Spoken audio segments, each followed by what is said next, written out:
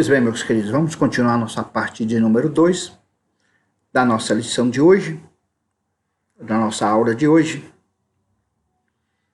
Para os judeus do Antigo Testamento, ou até mesmo no dia de Pentecostes, o fogo era um elemento purificador. Por exemplo, para que o ouro seja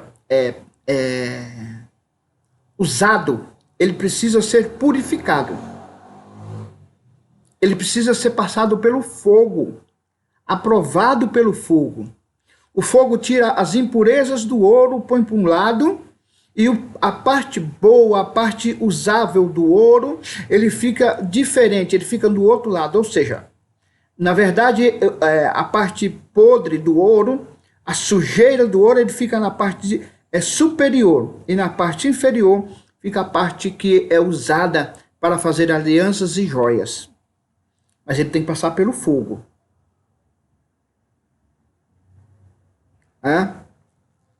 E no dia de Pentecostes, igual está escrito aqui na nossa apostila, não fala em batismo com o Espírito Santo. Não é batismo com. É enchimento do Espírito Santo. A pessoa ser cheia do Espírito Santo. Com medida transbordante, recalcada. Ser cheia. É diferente. Com. Não é com o Espírito Santo que nós somos batizados, mas nós somos cheios do Espírito Santo. O Espírito Santo agora não vem até nós de modo esporádico. Não. Ele nos enche dele. É como se nós tivéssemos um segundo pulmão e nós estamos cheios com esse ar que nós temos. Então é assim. E a partir do momento que o homem é cheio do Espírito Santo, ele recebe o selo do Espírito Santo. O selo, muitas das vezes, as pessoas confundem a pessoa ser selado com o Espírito Santo, ser cheio ou batizado no Espírito Santo.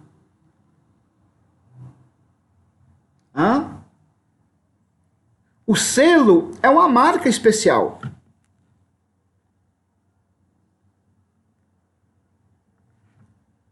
Ele é uma máquina, uma marca. O selo é uma marca.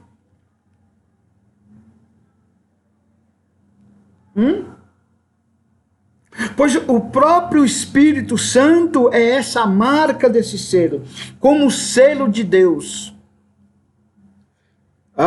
Porque ele coloca nas pessoas, no crente, como se fosse um documento. A pessoa olha, a pessoa cheia do Espírito Santo, é selada com o Espírito Santo, sabe que aquela pessoa pertence a Deus. Ele tem uma marca.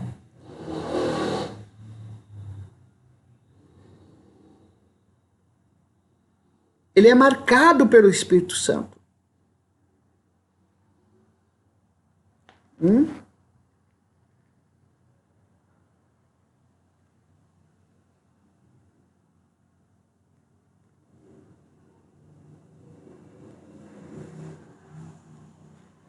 E a pessoa que é marcada pelo Espírito Santo, selada pelo Espírito Santo, ele está dizendo, olha, esta pessoa, ela pertence a um Senhor.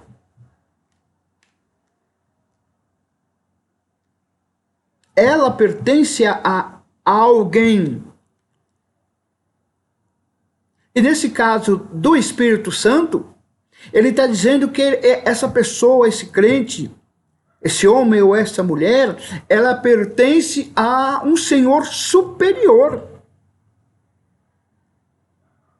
Não é qualquer um, ela pertence ao Filho de Deus.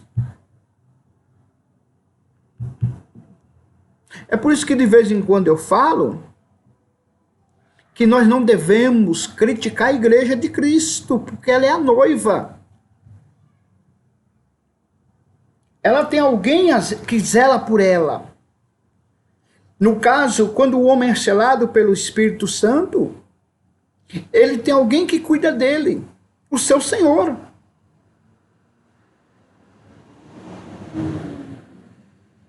Ele não está a Deus dará, igual nós dizemos. Porque ele tem um Senhor, ele tem alguém que zela por ele, olha por ele, vigia por ele, intercede por ele. Não é de qualquer maneira.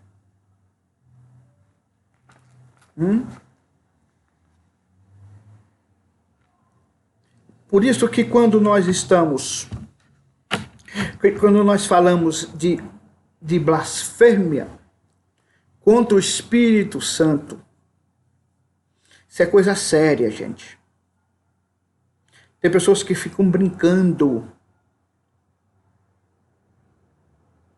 Blasfema contra o Espírito Santo, dizendo algo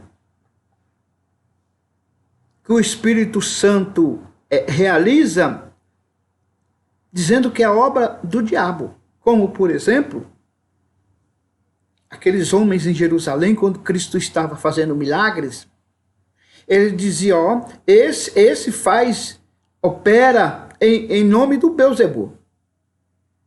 Essas pessoas estavam blasfemando contra o Espírito Santo. E contra isso, meus queridos, não há salvação, não há perdão. Pode chorar, pode espernear. Uma vez feito isso, blasfemando contra o Espírito Santo de Deus, não há como voltar atrás. Essa é uma das duas maneiras de perder a salvação em Cristo Jesus. Blasfemar contra o Espírito Santo. Não adianta correr, não adianta chorar, não adianta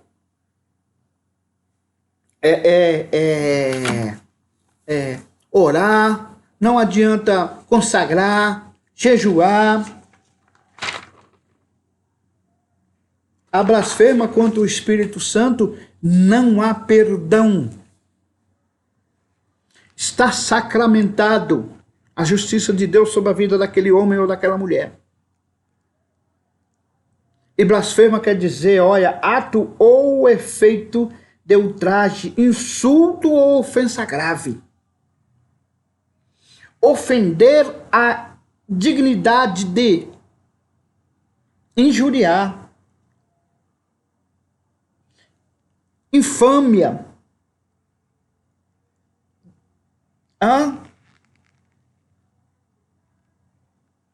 Ou seja, quando o homem ele se expressa, blasfema contra o Espírito Santo, ele está falando, insultando ou caluniando contra Deus.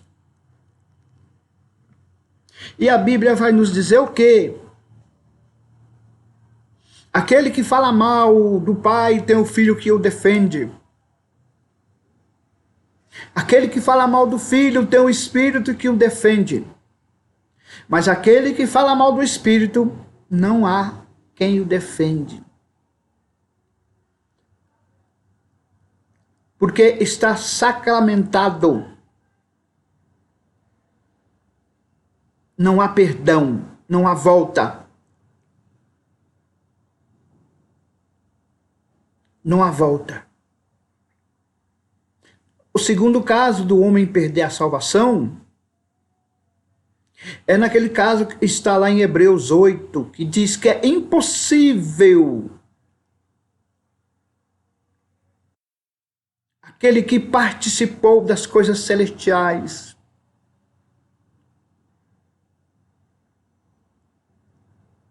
aquele que provou as coisas boas do céu, voltarem atrás para adorarem outros deuses. Isso também é uma blasfêmia. Diferentemente daquele homem que se esfria na fé, viu? O homem que se esfria na fé, ele pode até voltar a beber, voltar a ser mulherengo,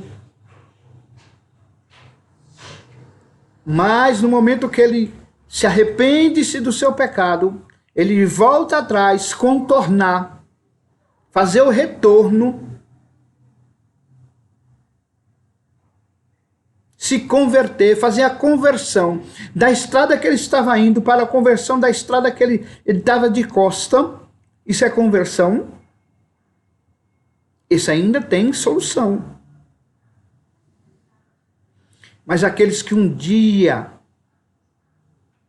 participou e voltou para o mundo e adorou outros deuses. Um exemplo clássico é quando o homem, ele está lá na macumba, a mulher está lá no candomblé, e um dia ela aceitou Jesus, passaram-se 7, 8, 10 anos nos caminhos do Senhor, dentro do Evangelho, dentro das igrejas, falando do amor de Cristo, profetizando, falando em línguas estranhas. Mas um dia resolveu abandonar esse Deus e voltou de novo para o candomblé, para a macumba, ou seja, voltou para o seu vômito. Essas pessoas não têm mais solução, porque também elas estão injuriando, blasfemando contra o Espírito Santo de Deus, também contra o Filho Jesus. Essas pessoas também não têm salvação. Essas são as duas maneiras, uma das duas maneiras de perder a salvação. Ok? E todas elas estão ligadas ao Espírito Santo de Deus. Ok? Vamos para frente. Em nome de Jesus. Outra coisa que quando o homem ele é cheio do Espírito Santo, porque o Espírito Santo é o penhor da salvação. O que é um penhor? Algo penhorado. A minha vida está penhorada. Direito real de vincular coisa móvel ou mobilizável a uma dívida como garantia de pagamento desta.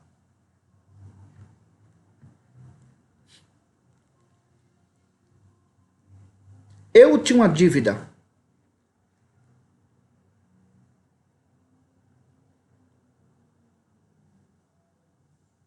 Porque não foi Deus que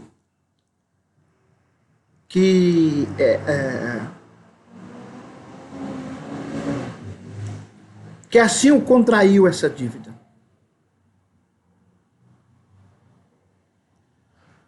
Porque foi o homem que fez grave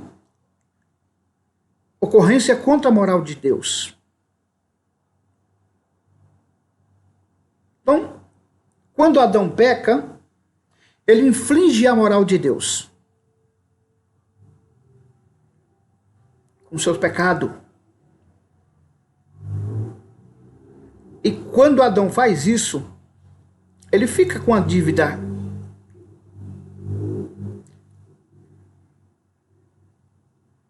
Porque foi ele que mexeu com a moral de Deus. Ele ofendeu a moral de Deus. E naquele momento daquela ofensa, Deus poderia matá-lo. Acabar com ele, com a raça humana como um toda, naquela época. Porque ele ofendeu a moral de Deus.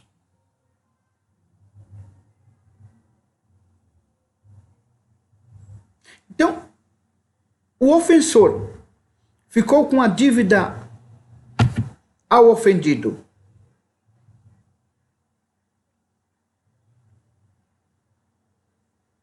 Quando o Espírito Santo vem e enche o homem, ele está dizendo, ó, me dá sua dívida na minha mão, que sua vida está penhorada.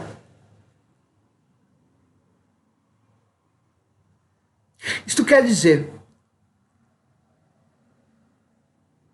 quando, no caso, eu morrer, essa dívida está paga.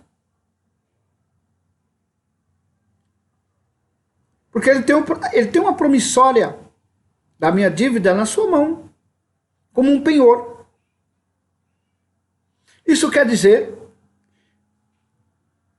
o Edson não tem condições de pagar, o homem não tem condições de pagar a dívida dessa ofensa.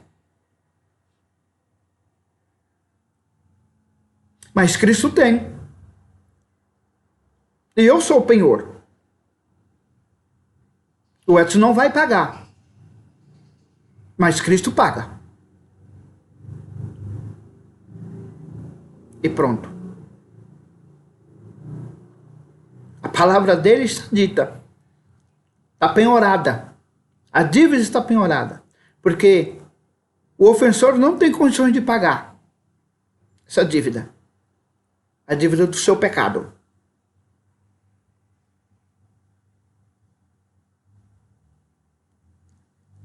Mas o ofendido tem que ser ressarcido.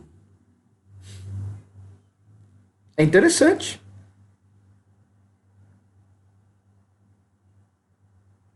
O ofendido tem que ser ressarcido. O ofensor não tem condições de pagar. Mas ele tem que se retratar. Como nós não temos condições de retratar, nós não temos poder para isso, está retratado.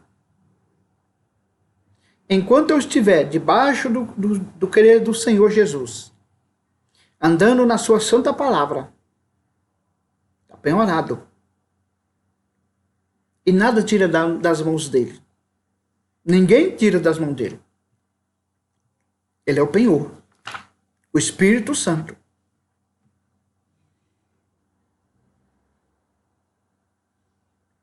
Eu não garanto, o Edson, nada, porque eu não tenho condições. Mas o Espírito Santo diz, eu tenho.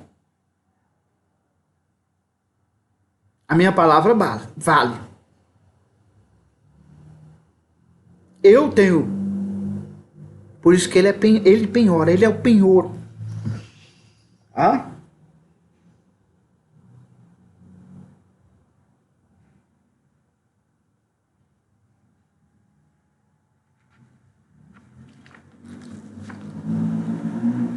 Assim como no momento de sua conversão, da conversão do homem, o crente em Jesus Cristo recebe o Espírito Santo como um penhor, garantia da salvação eterna. Ele é o penhor, ele me garante isso.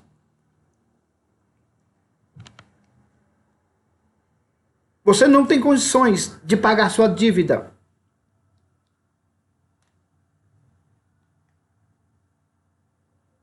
Para você ganhar a salvação, você precisa pagar sua dívida, se retratar com o ofendido. Como ofensor, eu preciso me retratar com o ofendido.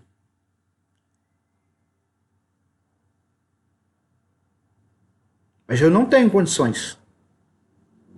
Mas como um penhor, o Espírito Santo diz, olha, eu garanto.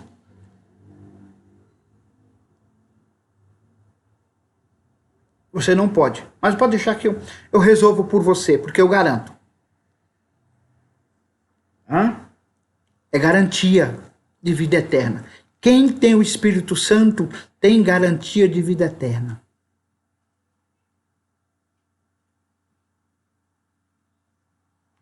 Mas tem que ter o Espírito Santo na vida do crente.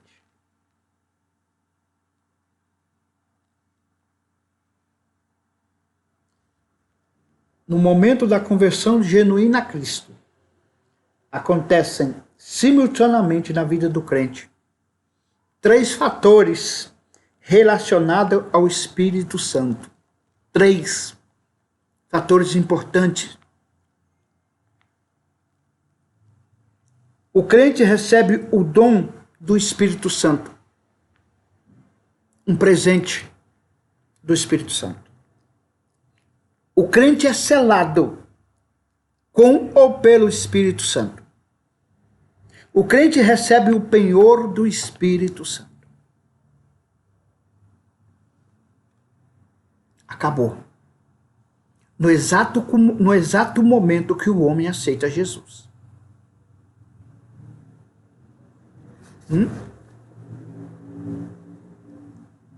Se um cachaceiro aceitou Jesus na igreja, se arrependeu dos seus pecados realmente, no caminho de casa, se Deus o livre, um carro pega ele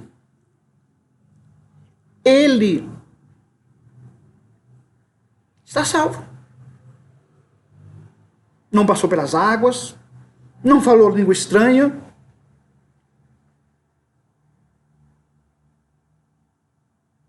tá certo? Mas ele foi salvo. Uma coisa muito difundida dentro das nossas igrejas, que todo crente que é batizado com ou no Espírito Santo, ele precisa falar línguas. Mas não é dessa maneira. Eu entendo que não.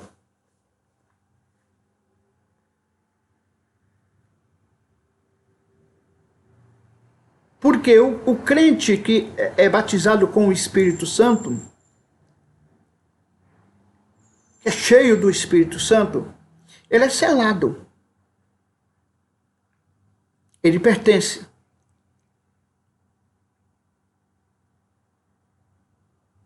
Mas o dom de falar, em línguas ou de ter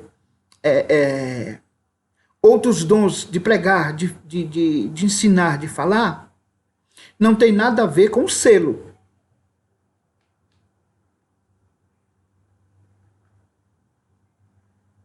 O que é batizado com o Espírito Santo e selado com o Espírito Santo são todos os crentes. Mas nem todos os crentes vão ganhar ou receber o dom ou algum dom dentro da igreja. Nem todos. Nem todos vão falar em língua estranha. Embora a língua estranha é uma das evidências do crente ser batizado com o Espírito Santo. É uma das evidências, mas não é a evidência maior.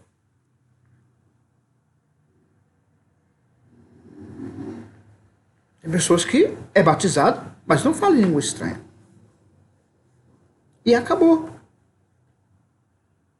Outros já deixa se extravasar por essa língua estranha.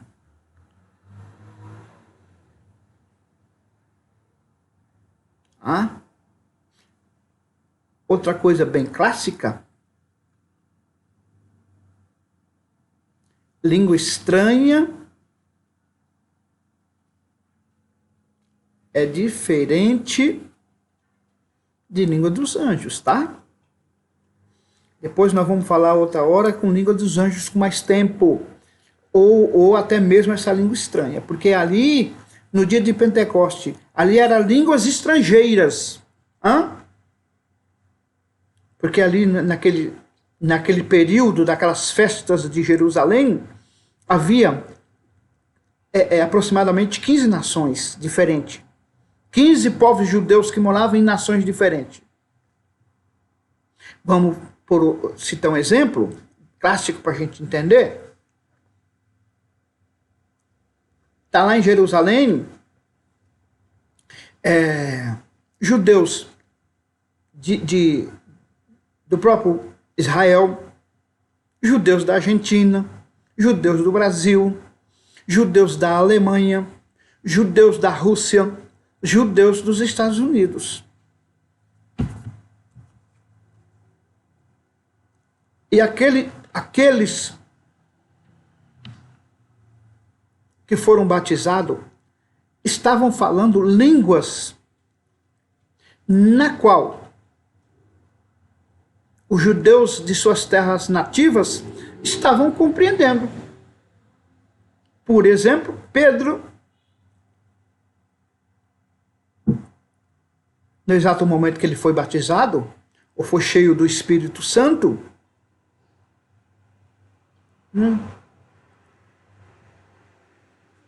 ele poderia ter falado, um exemplo clássico, em alemão, sendo coisa que ele nunca tinha ido na Alemanha, nunca tido aula de alemão, língua alemã, né, no caso. Ou o mesmo Pedro nunca falou inglês na vida, mas naquele dia ele falou inglês. E os irmãos judeus que estavam lá em Jerusalém, os irmãos judeus dos Estados Unidos, compreenderam perfeitamente o que ele queria dizer. Isso quer dizer que o Evangelho é uma língua universal. Todos compreendem o Evangelho de Cristo, não só os judeus. Todos compreendem, todos nós gentios compreendemos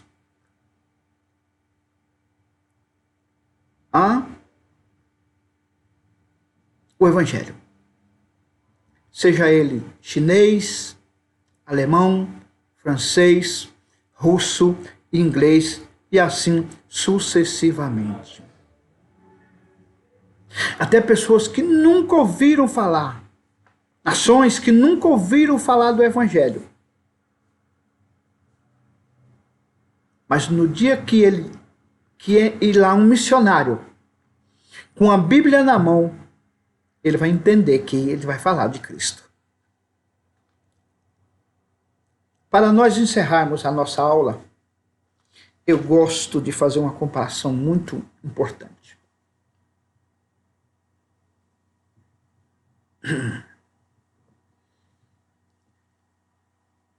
No livro de, se não me engano, Ezequiel, que eu não sou muito de guardar, o profeta foi levado na casa do oleiro. Preste bem atenção nisso. Lá ele viu o oleiro fazer alguns jarros. E o oleiro, na roda do oleiro,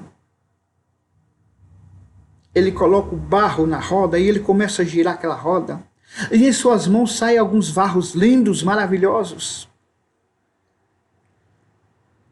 Mas alguns jarros também não ficam do jeito que o oleiro queria. E o oleiro pega aquele barro, faz de novo aquele monte de barro, ajunta o barro de novo, amassa o barro, prepara o mesmo barro que ele já tinha feito aquele jarro, e ele faz de novo um jarro bonito, ou do jeito que ele assim queria. Mas veja bem,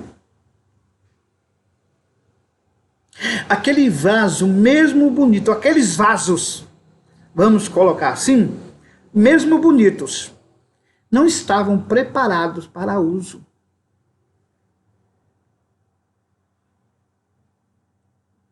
Por quê? Aqueles vasos, na nossa linguagem, eles estavam crus. E um vaso, um pote, uma botija, para ela estar pronta para uso, ela tem que passar pelo fogo. Sem o fogo, não há possibilidade de utilizar aquele vasilhame. Mesmo assim é o crente. Se ele não passar pelo fogo do Espírito Santo, ele não está pronto, preparado para transmitir o Evangelho de Cristo.